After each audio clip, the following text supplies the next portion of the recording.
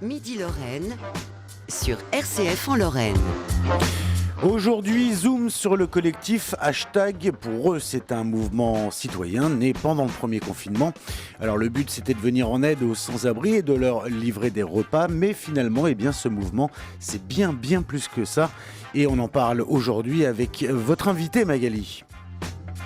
Oui, mon invité aujourd'hui, c'est Emmanuel Lombard. Alors bonjour.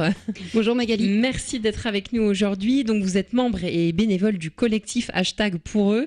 Alors déjà, j'ai une question très simple. Pourquoi ce hashtag devant le pour eux ? Parce que c'est un collectif qui communique essentiellement par les réseaux sociaux.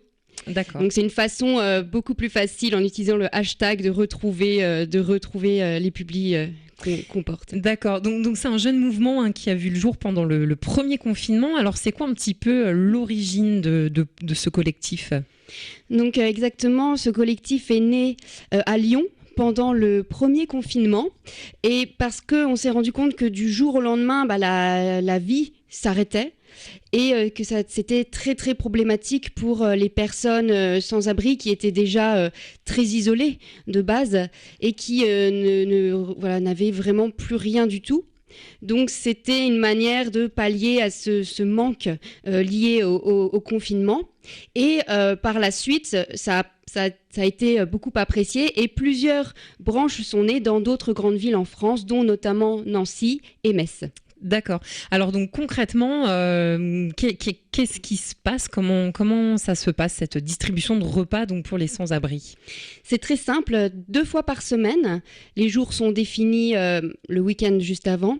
2 fois par semaine, des personnes qui souhaitent cuisiner des repas remplissent un petit formulaire avec leurs coordonnées et la quantité de repas, de paniers repas qu'ils souhaitent faire. Il n'y a pas de minimum, ça peut être même une portion. Et grâce à une appli très simple d'utilisation, des livreurs à vélo sont avertis de ces personnes, les contactent et passent récupérer les plats pour ensuite aller les distribuer à vélo en ville. Alors ça va être plutôt des repas chauds, des repas froids ? Est-ce que plutôt des repas froids, j'imagine Alors c'est vraiment par rapport à l'envie du cuisinier. C'est vrai que cet été, on a distribué beaucoup de salades ou comme vous dites, de repas froids. Mais en hiver, on a au contraire beaucoup plus de repas chauds, des choses qui tiennent au corps. C'est vraiment selon l'envie de la personne qui cuisine. Et alors pendant le premier confinement, on le disait hors antenne, il y a eu beaucoup de repas qui ont été distribués. Ça a pu aller jusqu'à combien par jour ? Ça a pu aller jusqu'à plus de 150 repas en une journée. Donc on précise que ça c'était donc pour Nancy. Pour Nancy, oui, uniquement Nancy. Et comme les personnes à qui vous distribuiez les repas, comment ils recevaient vos dons ? Est-ce qu'ils étaient touchés ? Quels ont été un petit peu les retours de leur part ? Bien sûr, c'est toujours d'ailleurs. Ces personnes sont très très touchées de voir des gestes de solidarité pour eux, parce que c'est des personnes qui n'ont pas l'habitude qu'on leur offre des choses. Donc quand ils voient que des personnes prennent du temps pour cuisiner pour eux et prennent du temps pour leur apporter ça directement, oui bien sûr, c'est des personnes qui sont très touchées. Donc l'idée c'est que vous partez en vadrouille à vélo avec vos repas à l'arrière, et puis quand vous voyez quelqu'un dans la rue, vous vous arrêtez et puis vous lui offrez l'un de ses repas. C'est ça, il faut savoir que quand on fait les maraudes à vélo, on n'est jamais seul, on est toujours par petites équipes de 2-3 personnes. Et oui, on distribue donc à ces gens, et c'est intéressant parce que depuis, par exemple, en ce qui me concerne, depuis le temps que je fais ça, j'ai créé vraiment des liens d'amitié avec certaines personnes, parce que oui, on voit toujours à tel endroit, on voit toujours telle personne, et ça permet de créer des liens vraiment très forts entre nous. Oui, parce qu'au-delà de se nourrir, ce sont aussi des personnes qui ont vraiment besoin de contact social et qu'elles n'ont pas forcément du coup. Absolument, on n'est pas juste prend le repas et au revoir, on passe du temps, on discute, on demande est-ce que tu as besoin de quelque chose, surtout avec l'hiver qui arrive, on propose aussi des fois on fait des distributions de sacs de couchage par exemple, de vêtements chauds, on peut les aiguiller vers des structures qui peuvent donner des vêtements, qui peuvent apporter autre chose que nous on donne pas forcément régulièrement. Donc oui, il y a un partage et il y a du lien social qui se met en place. On parle de sacs de couchage, de couverture, parce que donc le collectif ne distribue pas que des repas. repas. C'est aussi possible, par exemple, de faire des dons de vêtements ou de produits d'hygiène que vous allez ensuite redistribuer aux sans-abri. Bien sûr, on fait des kits hygiène, des distributions de kits hygiène assez régulièrement. On distribue des croquettes régulièrement aussi pour les personnes qui ont des chiens. Cet été, on a fait des distributions de bouteilles d'eau. Et peut-être certains se souviennent, de Noël dernier, on a distribué aussi des boîtes cadeaux qui avaient été faites par des gens, les personnes qui avaient eu connaissance de ce mouvement sur Internet. Oui, les boîtes cadeaux, c'est un petit peu comme ça que le mouvement s'est fait vraiment connaître aussi à ce moment-là. Donc les gens pouvaient faire des petites boîtes qui venaient déposer et que après vous avez redistribué. Qu'est-ce qu'on pouvait mettre dans ces boîtes cadeaux ? Oui, c'est tout à fait ça. On pouvait mettre un vêtement chaud, on pouvait mettre quelque chose à grignoter, on pouvait mettre... moi, j'en avais fait une, j'avais mis un petit bijou que j'avais fait moi-même, quelque chose, un savon par exemple, voilà des choses qui sont... à la fois utiles, mais qui peuvent aussi apporter un peu de baume au cœur. Un peu de réconfort. Voilà, c'est ça. D'accord. Et alors, si on veut faire un don, par exemple, je sais pas, de vêtements ou de produits d'hygiène, comment est-ce qu'on vous les amène et pour que vous puissiez ensuite les redistribuer ? Alors, on est facilement trouvable sur Facebook. Notre page, c'est #poureux Nancy.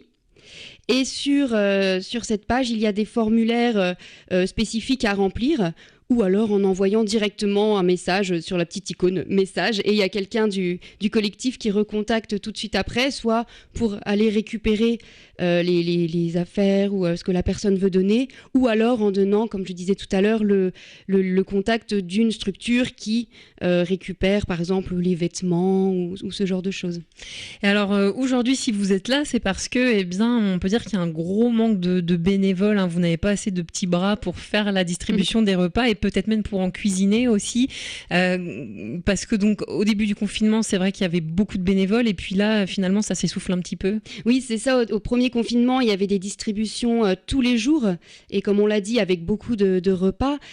Cet été, voilà, comme les gens déjà ont repris le boulot, partaient en vacances, on était vraiment moins nombreux, on ne faisait plus qu'une distribution par semaine et on tournait entre 25 et 30 repas.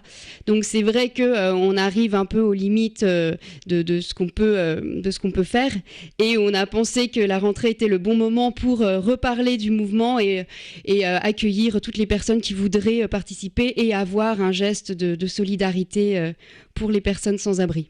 Donc concrètement, si on veut participer, on peut donc soit cuisiner des repas, soit participer aux distributions. Est-ce qu'il y a d'autres missions éventuellement auxquelles les bénévoles Non, peuvent... c'est vraiment ces deux missions-là. Après, comme on l'a expliqué, il y a des petits extras, on va dire une fois par mois, quand justement on fait les distributions d'eau, de croquettes, etc. Mais c'est vraiment principalement les repas et sans aucune obligation de présence. C'est-à-dire, si on veut le faire une fois par semaine, on le fait une fois par semaine. Si c'est une fois par mois, c'est une fois par mois. C'est vraiment en fonction de ce qu'on veut et peut donner. Disponibilité. C'est ça. Et même juste faire une portion, c'est déjà très bien parce que ça sera un repas qu'on pourra distribuer par la suite. Donc il y a vraiment pas de minimum de présence, voilà, d'engagement. D'accord.